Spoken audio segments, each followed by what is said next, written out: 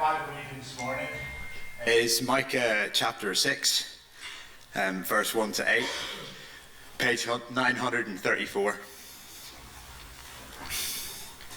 Listen to what the Lord says. Stand up, plead my case before the mountains. Let the hills hear what you have to say. Hear, you mountains, the Lord's accusation. Listen, you everlasting foundations of the earth. For the Lord has a case against his people. He is lodging a charge against Israel. My people, what have I done to you? How have I burdened you? Answer me. I brought you up out of Egypt and redeemed you from the land of slavery. I sent Moses to lead you, also Aaron and Miriam.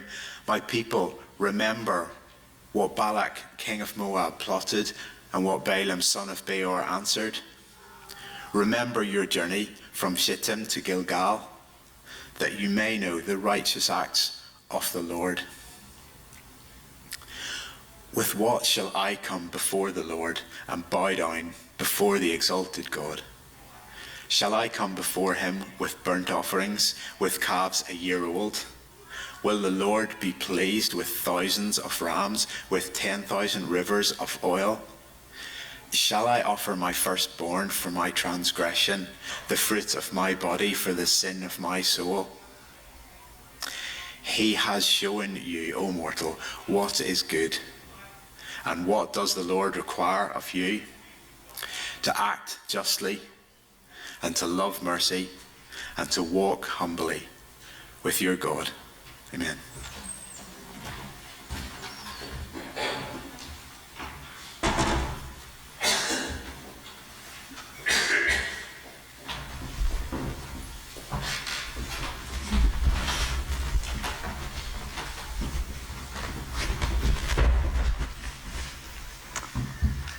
It's a really powerful passage, isn't it? Yes. Yeah.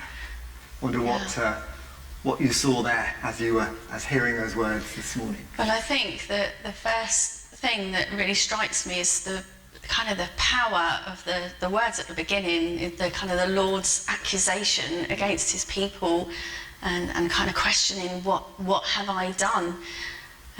Really strong, to the people of Israel. You wouldn't want to hear those words be on the receiving end, I don't think. No, it is. Yeah, it's quite. God's quite formidable there, isn't he? And he's taking his people to task. Or almost it has a feeling of a court scene, doesn't it? Yeah. But my sense is, as it goes on, we really kind of hear the heart of God. Actually, particularly the words that you just picked up there. What have I done to you that you should treat me this way or live this way? There's something quite passionate there, isn't there? Yeah, and then it kind of recounts some of the things that he's done that's helped, and like they've forgotten.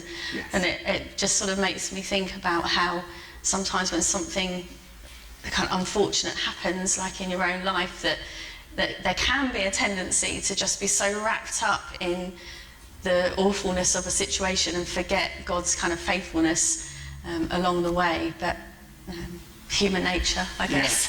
Yeah. So God says, what have I done for you? And then he starts to tell them and remind them that, I brought you out of Egypt. You were slaves and I brought you out of captivity. And then when you've been in these battles, I've been there and I've fought for you. And I've just kept providing for you. And just reminded me that, actually often with faith and with, that there is this business of remembering what God has done in order to be confident about going forward and trusting God forward. I don't know if you found that to be the case. Yeah, and I think that's sometimes when people ask you about your own faith, and particularly if they know that you're going through something difficult, they say, how can you trust God in this, and how has this been allowed to happen? And I think that's often is the answer, is that from experience and you can say, I've come through these things with God, with me. Tricky. Yeah, so God's track record, he's kind of laying out here. It's good for us sometimes just to think back to, as you say, how he's been with us through a difficult time. And there's actually quite often in the Bible, God will say, remember, think back, and to be confident to go forward. And as we think of the song we just did with the actions, with the hope, thinking you still have that hope because you've seen it before. Yes. Yeah. What struck you in the passage? Yeah, I think it's the passion of God's heart that comes through, actually.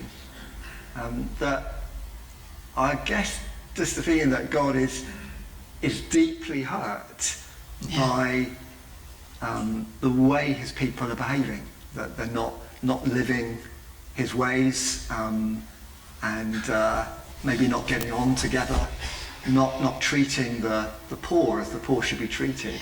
When often the prophets get onto this, don't they? That and we'll come to this in a minute about justice and mercy.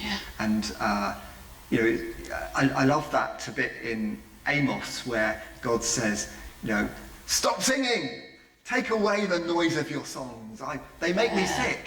And why? Not because God doesn't like the tune or the type of music, but because what's happening in everyday life in the marketplace isn't matching up with that. So but I think it's the passion of God's heart and the longing that's there, which comes out kind of really fully when you get this little question, what does God require of you? But to act justly, to love mercy, and to walk humbly with your God. And so what really matters to God, it comes out there, doesn't it? But it comes from the depths of God's heart. I think that's the thing that I'm feeling there. Something there about the authenticity of your life, because the bit just before that was, don't need the burnt offerings, the sacrifices, the firstborn, seeking the heart of the person rather than a whole kind of criteria to be a good Christian, to be in a relationship with God. It feels like, you can do this, you can sing, you can give the burnt offerings, but that doesn't mean anything if it's just going through the motions. So we don't do burnt offerings today, do Thankfully. we? Rivers of oil and stuff. What might be the equivalent today? Things that we might do to kind of, I don't know, tick the box or to please God in some way. Do you think there are equivalents? I think that bit at the end about the act justly and love mercy, that and even the Great Commission, there's that sort of thing that maybe you have inside you that thinks, to do well, I need to do this, and this. So it might be volunteering for something, or it could be that you've kind of bought a devotional material and you must do it every single day, and kind of beat yourself up about it if you forget or get distracted, or just for a whole month don't even do it. And I've had conversations myself and with others where they've said, I've tried this and it hasn't worked, and they kind of feel that to get it right, that's something that has to be done. You have to volunteer on every rota that's going, and you need to kind of give more of your hours to serving and to quiet time and devotional time, and I don't know, giving money, sending things. There's kind of a whole list of we must do if we're going to walk this life well. And I think it gets a bit complicated, because some of those things are good things, but it becomes like I think one of our devotions on Lectio 365 earlier in the week talked about a tick box, and it's like, if it becomes a tick box exercise, it's not burnt offerings anymore, but it's still I've done this, great, or I haven't done any of this, so I failed. I think sometimes churches can get very busy, can't they? Doing all kinds of stuff, and I wonder whether in all of that busyness we can lose what's most important. And I think that what God's saying in this passage is kind of calling us to the most important thing. And what strikes me, so clearly God cares about justice, and so wants us to be concerned about justice and mercy and kindness. But there's that third bit that really rings out for me, which is, and to walk humbly with your God.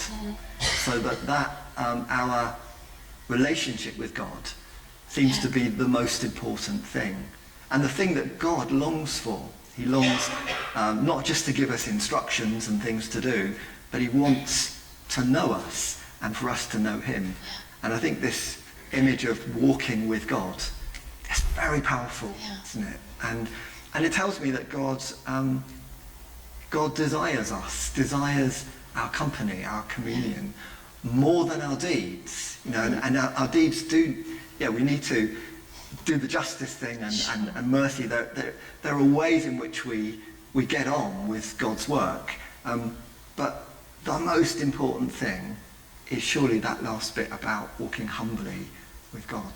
But I think that maybe people still don't see that, because I have conversations, and there's one particular person every now and again who has said to me, but you know, isn't it amazing? You do so much. I don't know how you fit in this and this and this, and then they're kind of saying, and I can't do it, and I don't know how you do, and it's still a almost like a badge of honour in that sense, like well done, you've done all of these things, and I kind of want to say to them that that's not necessarily a good thing, actually. Sometimes stripping back is more important, but also there's kind of that misconception that everything is easy in that, and also that I do it alone, which I absolutely do not. There's nothing that I've ever done or do that hasn't been part of a team, or you know, some kind of support from friends and from God as well. But you get that even in a job application, kind of what have you done, what's your experience, what things you kind of have to prove who you are by. So thinking about applications and forms, I've just had to fill in a form for you. Yes.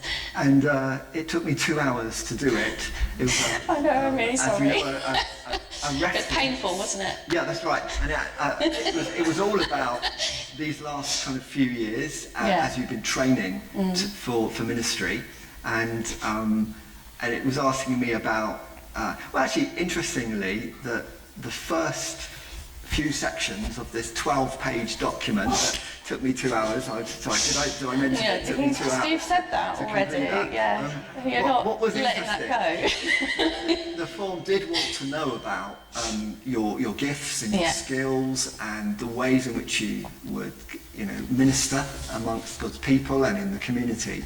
But that wasn't the focus at the beginning of it. It was very much about your walk with God. Yeah. That actually, and I was really glad to see that, actually, that first things first, tell us about Rachel's spiritual life. Yeah. And I'm remembering that when we first kind of started working together, this was something that you really got hold of. Do you want to say something about that? Yeah, I think partly in church we'd been thinking before you were here, and then when you joined, about the abiding in the vine and the fruit coming from that, and conscious of kind of decades almost in the church of thinking about how can we be more fruitful, and trying to get away from that doing more is going to therefore be more fruitful. And I think it was the first day you came actually, and we were thinking about how a week looks in the life of a minister, and was really struck by the need to prioritise communion with God above everything else. And I think I'm so used to to-do lists and instant answers, and thinking that, you know, that there's so much to be done and I need to do it straight away. Kind of, you know, the minute you wake up, right, what 3 things can I do while the kettle's boiling, you know, and trying to get everything done. So it was a bit kind of counter-intuitive to forget the to-do list first thing on a Monday morning,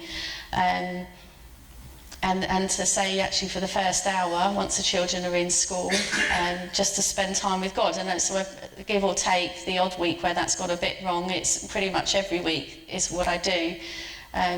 But also just kind of that, the privilege of being able to do that in this role, and recognising that with the best will in the world, I mean, one of the things I used to beat myself up about was that quiet time, because I think it's important for me first thing in the morning to do that.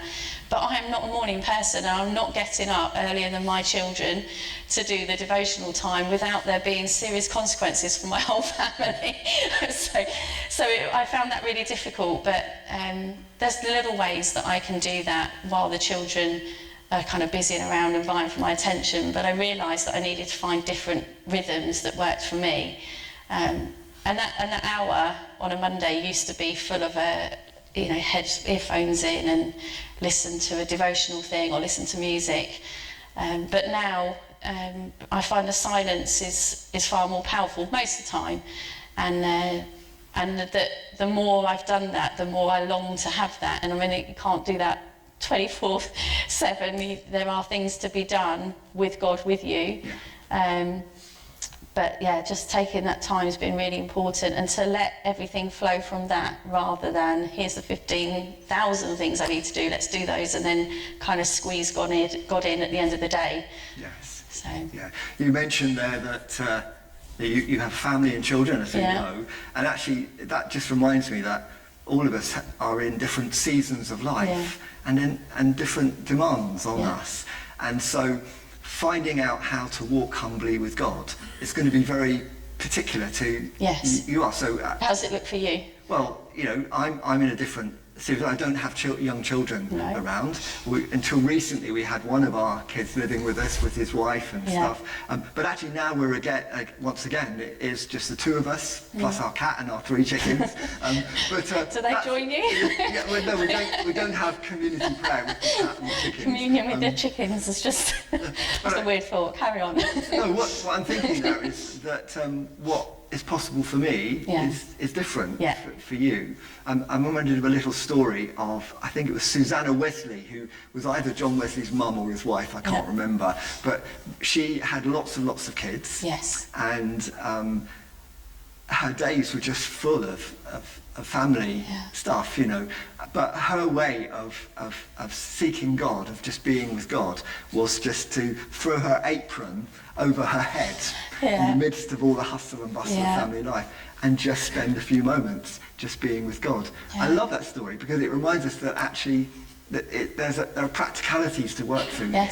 But the most important thing being that if we understand that the priority for our Christian life must be to walk with God, must be to know him, that communion with him, and then finding the best way to do that without guilt, you know, and sometimes you're going to not get it right, and that's okay, but it's just getting that priority in view. But I've seen you find that priority in ministry. I just wanted to say that it's been fantastic to see you taking that really seriously, putting your communion with God right, you know, that's the number one thing, and seeing so much growth happening as a result. And that's also something that was seen by the panel you saw yesterday. So not everybody will know this, but Rachel had the kind of last part of her training as a locally recognised minister. And that was recognised yesterday, as well as launching you into the next phase. But I know that what came through to that panel of 7, wasn't it? 7 people you had to have gathered around you, was that they saw that you had got this right, and actually wondered whether there might be ministers much more experienced who could learn something from what you've been doing. Now, we didn't plan to do what I'm about to do now, okay, so I'm just going to little side. But it's just that it seems to me that we really ought to recognise the achievement and the milestone. You know, Rachel, you didn't know this.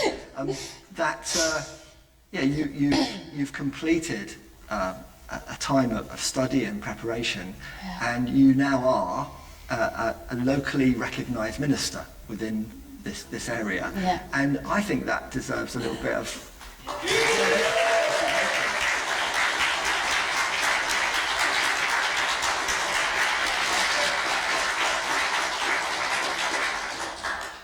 You're an amazing minister, and it is my joy to work. So remember, it's humbly with God. Yes. Or walk humbly.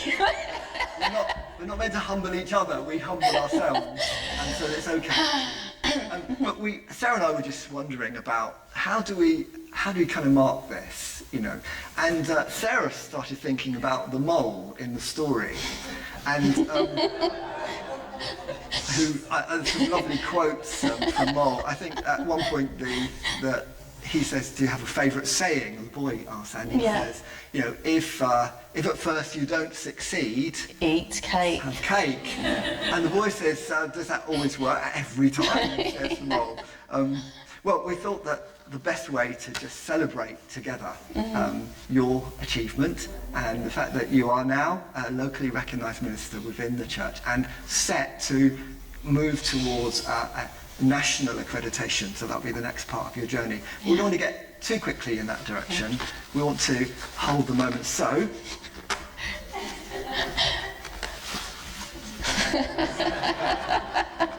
this is Maisie the caterpillar. Yeah, you've come across Maisie before. No, Maisie is new to me. Maisie the caterpillar Colin's cousin. Because you are amazing. Okay.